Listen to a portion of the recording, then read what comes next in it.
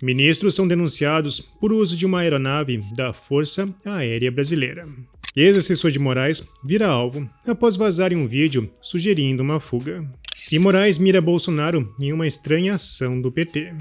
Eu sou Marcelo Pontes e este é o Verdade Política, um canal que busca revelar o filme preto e branco da nossa política.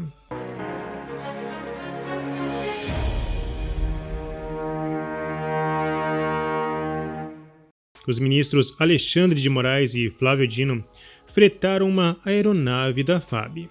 Bom, a lei deixa claro que a aeronave só pode ser usada pelo presidente do STF, no caso, Barroso, e apenas em caso de emergência. E claro que um jogo do Corinthians não é um caso de emergência.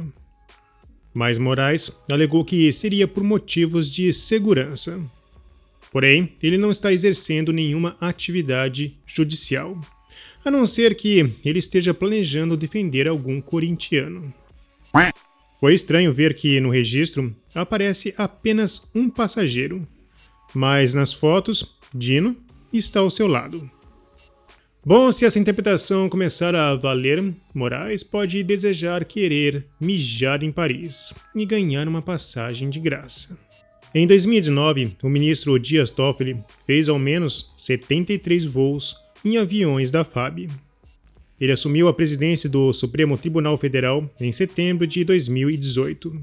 E ele foi muito criticado, pois fez muitas viagens, algumas a turismo.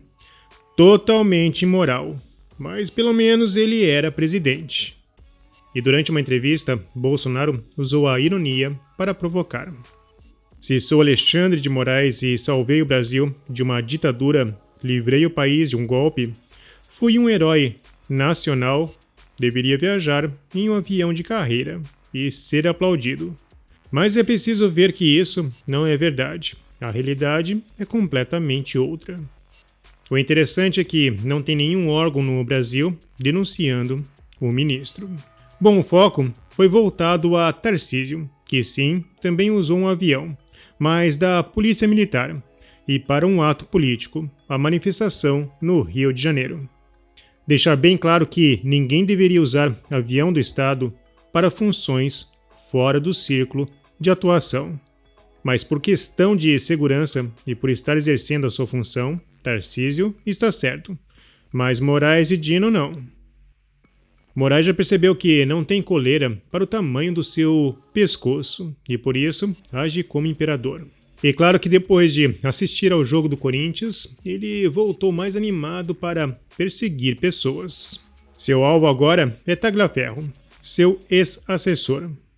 A Polícia Federal indiciou o ex-assessor de Moraes no TSE, em investigação sobre vazamento de diálogos. A polícia aponta que Tagliaferro praticou de forma consciente e voluntária a violação do sigilo funcional.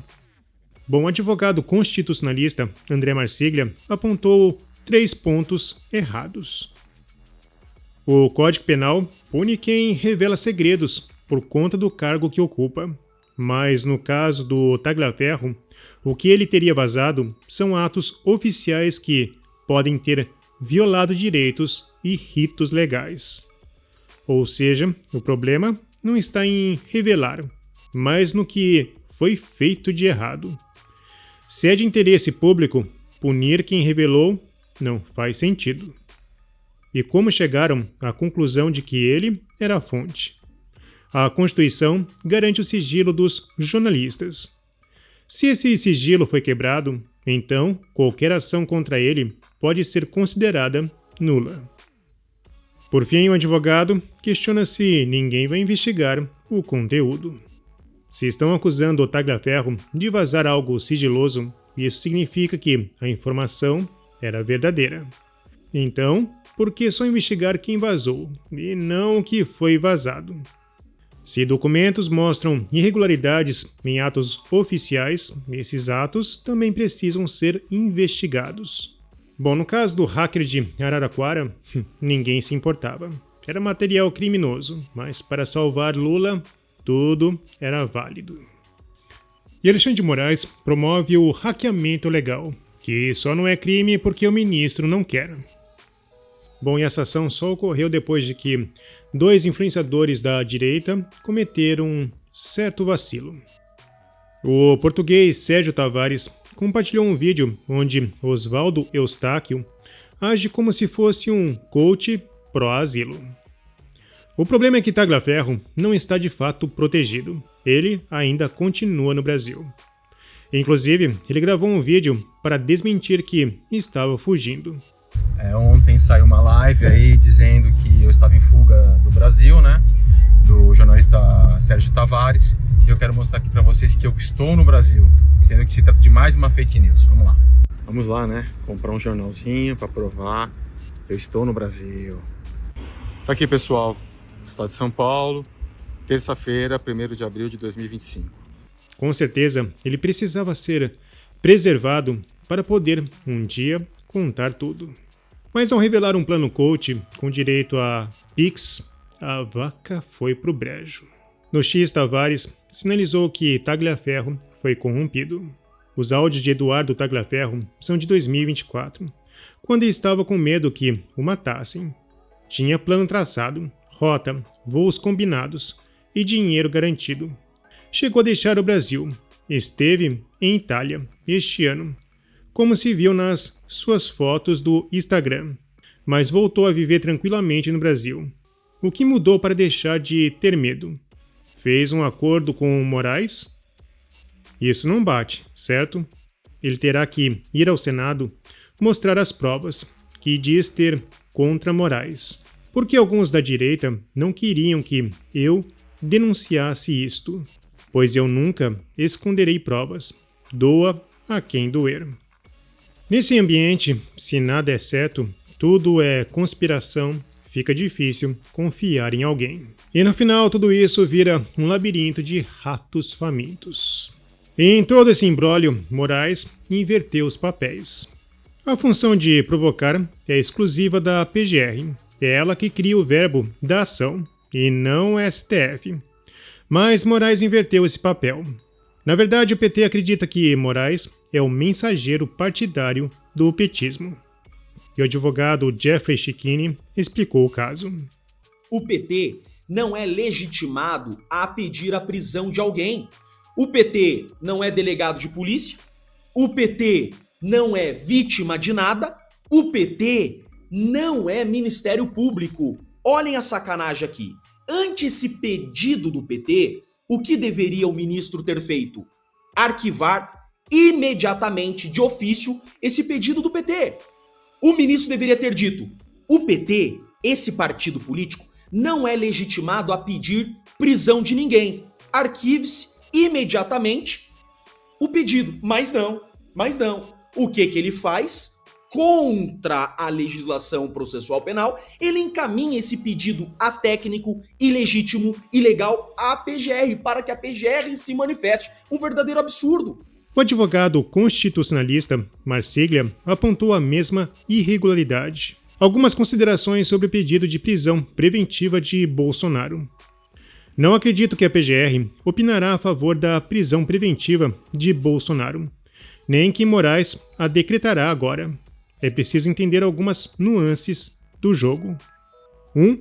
Como o pedido de prisão foi feito por políticos petistas, se a PGR e o STF o referendarem, explicitarão a politização do caso.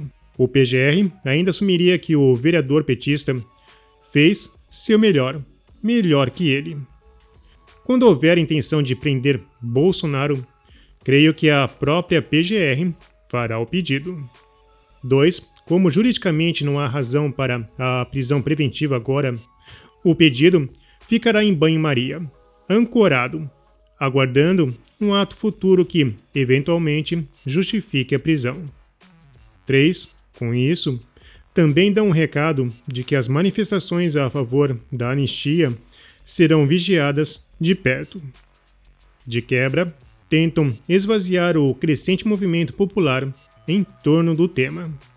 Estamos falando de uma tentativa de sufocar o movimento conservador, um ato antidemocrático. Bom, e na CCJ do Senado se discutiu esse tema.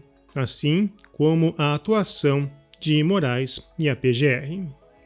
Que, por sua vez, pressione esse Supremo Tribunal Federal, já que ele é um órgão político, né? É o que é dito pelos senhores ministros, é um órgão político, que ele entenda que a opinião pública repudia o totalitarismo, o arbítrio de tentar intimidar a população brasileira. Porque é disso que se trata. Foi o mesmo método com o deputado Eduardo Bolsonaro. A manifestação de um pedido feito inclusive pelo Partido dos Trabalhadores também, naquela oportunidade, para se caçar o passaporte de Eduardo Bolsonaro, porque ele estava reclamando contra a arbitrariedade que acontecia no país. O senhor Alexandre de Moraes manda para o Gondê pedindo 5 dias de manifestação a respeito de um tema que não deveria sequer ser dado seguimento. E se mantém uma espada na cabeça, como se fosse uma ameaça, uma intimidação. Isso é intolerável no regime democrático, no império da lei. Veja a colocação que fez o senador Marinho com relação à imparcialidade de Alexandre de Moraes com esse inquérito chamado por mim agora de inquérito Matusalém. Longevo. Há uma provocação de uma vereadora de Pernambuco. Ora, de pronto, o PGR tinha que mandar arquivar. Ou seja, se você considera presunção de inocência até o trânsito em julgado, os direitos civis de quem é processado, eles não são suprimidos na fase de instrução da matéria. Portanto, o pedido em si já é uma agressão ao chamado devido processo legal. Mas, ao encaminhar um pedido como esse para a Procuradoria-Geral da República, é uma demonstração de que nós vivemos tempos difíceis, tempos sombrios. O devido processo legal me parece mais uma exceção de que uma regra. Então eu estou também fazendo coro a essa fala para advertir que isso é algo que atenta contra garantias constitucionais da liberdade de expressão, manifestação do pensamento, do direito de defesa. A ampla defesa é uma garantia constitucional a todo cidadão brasileiro. Quando você diz que alguém, olha, eu estou te denunciando porque você está chamando o povo para participar de manifestação livre, democrática, então eu estou te denunciando aqui porque isso aí está indo contra aquele processo que te denuncia por crimizar A, B, C e D. Aceitar isso como válido dentro do Estado Democrático de Direito é aceitar que desde a denúncia o acusado já perde os seus direitos. Bom, se você apoia a Verdade Política, não se esqueça, curta, comente e compartilhe. Clique no sininho para você receber as nossas notificações. E vamos continuar na luta em prol da verdade.